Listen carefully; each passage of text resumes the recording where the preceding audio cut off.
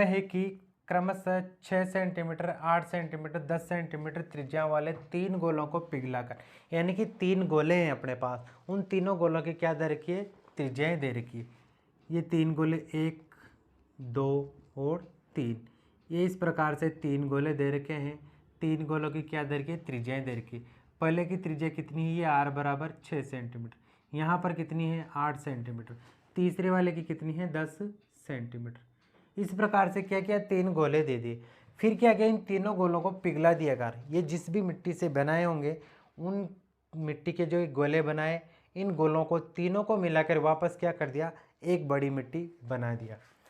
जो बड़ी मिट्टी बनाई गई, उस तीनों की जो मिट्टी थी, उस तीनों का जो मलबा था, उस मलबे से क्या कर दिया, एक बड़ा गोला बना दिया। इन तीनों को मिलाकर क्या कर दिया, एक बड़ा गोला बना दिया। अब उस गोले में से पूछ रहा है कि उस गोले में से त्रिज्या निकालनी है अपन को, इस बड़े वाले त्रिज्या में। अब क्या कठिन लग रहा है, बल्कि कठिन नहीं निकला, बिल्कुल सिंपल है। कैसे, यहाँ पर क्या है, ये गोले हैं और यहाँ भी गोले का आयतन है, यहाँ पर भी क्या है, गोले का आयतन है। यहाँ पर कुछ मत करो, इनका आयतन, इनका आयतन, इनका, तीनों का आयतन निकाल लिया।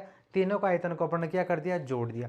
फिर जो कुल संख्या आएगी, कुल में से अपन क्या कर देंगे, पाई आर की क्यूब निकाल के आर क्यूब अलग से निकाल लेंगे। फिर जो आर क्यूब आएगा उसमें से अपन क्या करेंगे, घनमूल निकाल लेंगे।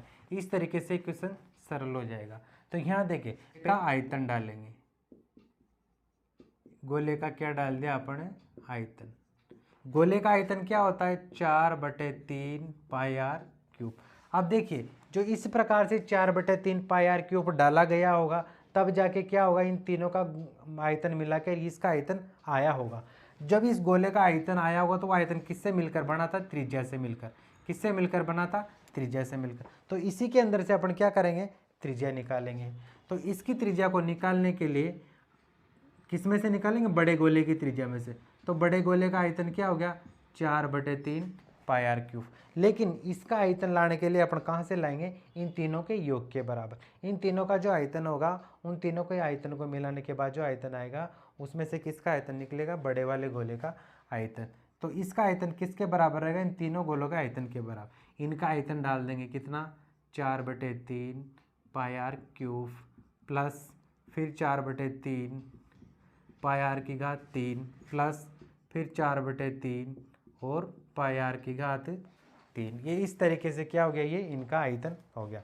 अब आगे देखिए, 4/3 और पाई आर क्यूब, ये बड़ी वाली आर क्यूब को तो लिख दिया अपन ने इधर, ये वाला अभी तक तो अपन ने क्या कर दिया, इधर लिख दिया। इधर वाली जो संख्या है प्लस में है, पहले इनको क्या करना पड़ेगा, सेम करना पड़ेगा, पूरी को बराबर करना पड़ेगा। फिर तो इसके लिए अपन क्या करेंगे, इनमें से कॉमन ले लेंगे। कॉमन क्या लेंगे, देखिए 4/3 इसमें भी है, 4/3 इसमें भी है और इसमें भी है। 4/3 को अपन ने क्या कर दिया, कॉमन ले लिया। उसके बाद पाई इसमें भी, इसमें भी, इसमें भी, पाई भी अपन ने क्या कर दिया, कॉमन ले लिया। यानी कि 4/3 पाई का भाग अपन इन तीनों संख्याओं में दे सकते हैं। तीनों गोलों के आयतन में अपन इसका भाग दे सकते हैं। आगे देखिए, 4/3 पाई का भाग दे दिया, 4/3 पाई से 4/3 पाई कट गया, तो कितना बच जाएगा, यहाँ पर आर की घात 3। कितना बच गया, आर की घात 3। अब देखिए, फर्स्ट वाले की दे रखी है नंबर 1, 2 और 3।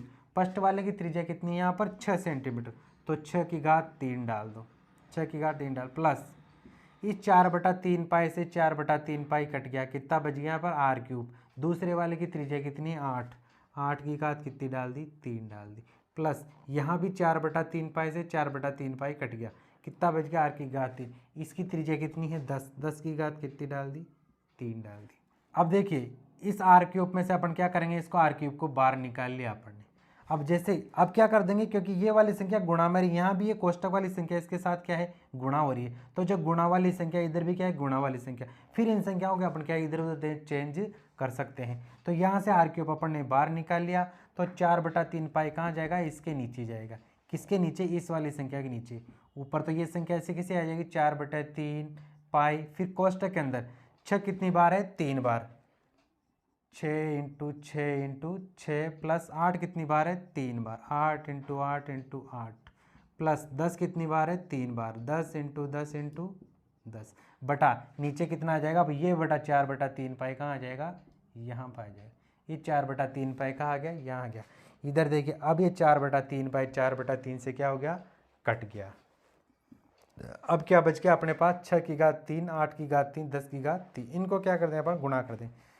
देखिए 6 को 6 से गुणा कर दिया, कितना हो गया 36। 36 को 6 से गुणा कर देते हैं, कितना हो जाता है 36 इंटू 6।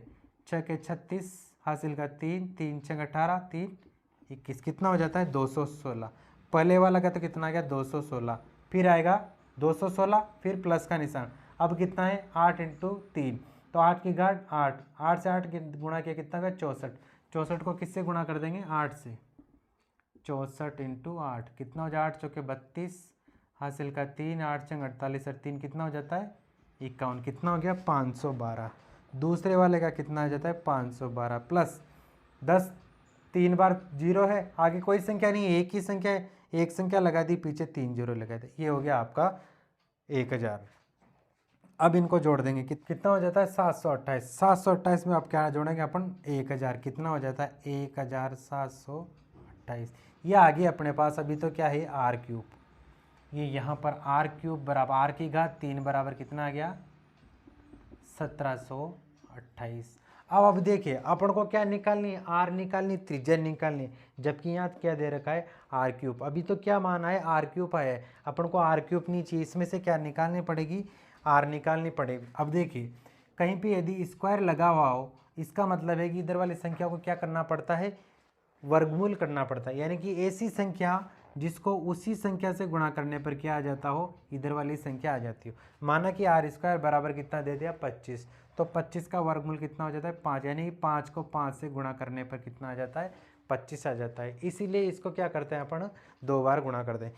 यहाँ क्या दे रखा है घात 3, यानी कि अब इसको ऐसी 3 संख्याओं में तोड़ना पड़ता है जिससे तीनों संख्याओं को बार बार गुणा करने पर क्या आ जाना चाहिए 1728 आ जाना चाहिए। इसका अपन को क्या करना पड़ेगा घनमूल निकालना पड़ेगा। अब देखिए घनमूल कैसे निकालते हैं,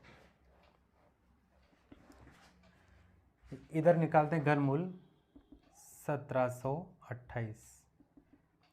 इनका क्या कर दो पहले गुणनखंड कर दो। किसका गुणनखंड, गुणनखंड कैसे किया जाता है, सबसे छोटी से छोटी संख्या का भाग दिया जाता है, पूरी पूरी बार भाग जाता हो। देखिए 2 से भाग दिया, कितनी बार चला जाता है 8 2 16, यहाँ हो जाएगा 12 6 2 12, 4 2 8, कितना हो गया 864। फिर इसमें अभी 2 का भाग जाएगा कितनी बार 4, फिर 3 और 2 कितना आ जाता है 432। फिर जाएगा इसमें 2 का भाग 2, फिर 1 2 2 6 2 12, कितना हो जाता है अभी भी 2 का भाग जा रहा है इसमें, तो कितनी बार जाएगा 1 2 2, फिर 0 8 2 16 108, फिर 2 का भाग 5 और 4, फिर 2 का भाग 2 2 4 7 2 14। अब इसमें 27 में क्या है 3 का भाग, 2 का भाग बराबर बार नहीं जा रहा, तो किसका भाग देंगे अपन 3 का, कितनी बार चला गया 9 बार। 9 में फिर 3 का भाग देंगे कितनी बार 3 बार, और फिर 3 में भाग देंगे कितनी बार जाएगा 1 बार। यानी कि लास्ट में जब तक 0 आंसर 1 नहीं आ जाए तब तक अपन क्या करेंगे इसमें गुणनखंड करते रहेंगे। अब देखिए अपने पास संख्या कितनी आ जाती है 1 2 3 4 5 6, 6 तो कितने हैं अपने पास 2 है, 6 तो कितने हैं 2 है, और 3 कितने हैं 3 है। अब देखिए जब अपन वर्गमूल करते हैं तो वर्गमूल में क्या करते हैं अपन 2 2 के जोड़े बनाते हैं। इस तरीके से वर्गमूल में क्या करते हैं 2 2 के जोड़े बनाते हैं।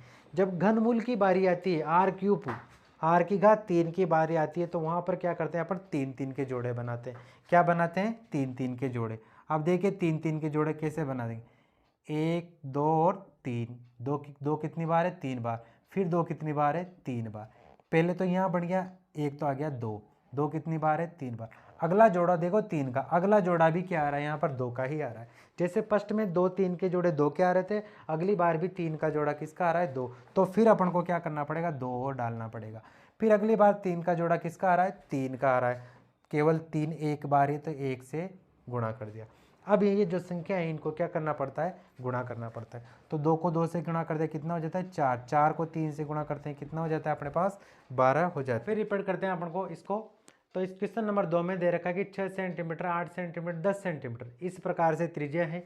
3 त्रिज्याओं का क्या है 3 गोले हैं, इन त्रिज्याओं वाले 3 गोले हैं। इन तीनों गोलों को क्या किया पिघलाया गया और एक क्या किया बड़ा गोला बनाया गया। इस बड़े गोले में से क्या करनी है त्रिज्या निकालनी है, इस बड़े गोले की त्रिज्या ज्ञात करनी है। तो इसके लिए क्या करना पड़ेगा अपन को इस गोले का आयतन चाहिए। इस गोले का आयतन में से अपन क्या करेंगे त्रिज्या बाहर निकालेंगे। लेकिन इसका आयतन नहीं दे रखा, लेकिन इतना दे रखा कि इन तीनों गोलों की त्रिज्याएं दे रखी है और इन तीनों गोलों को पिघला कर ही ये बनाए गए, यानी कि तीनों गोलों के आयतन के बराबर इसका आयतन है। इसीलिए अपन ने क्या कर दिया, इन तीनों गोलों का आयतन निकाल लिया। कितना, 4/3 पाई आर की घात 6 की घात 3, 4/3 पाई आर की घात 8 की घात 3, 4/3 पाई आर की घात 8 10 की घात 3। इधर अपन ने क्या कर दिया, इनको ऐसे सूत्र में डाल के 4/3 पाई को क्या कर दिया, कॉमन ले लिया। कॉमन लेने के बाद 4/3 से 4/3 कर दिया, आर की घात 3 बच गई। फर्स्ट वाले की त्रिज्या कितनी थी, 6, 6 की घात 3 बच गई।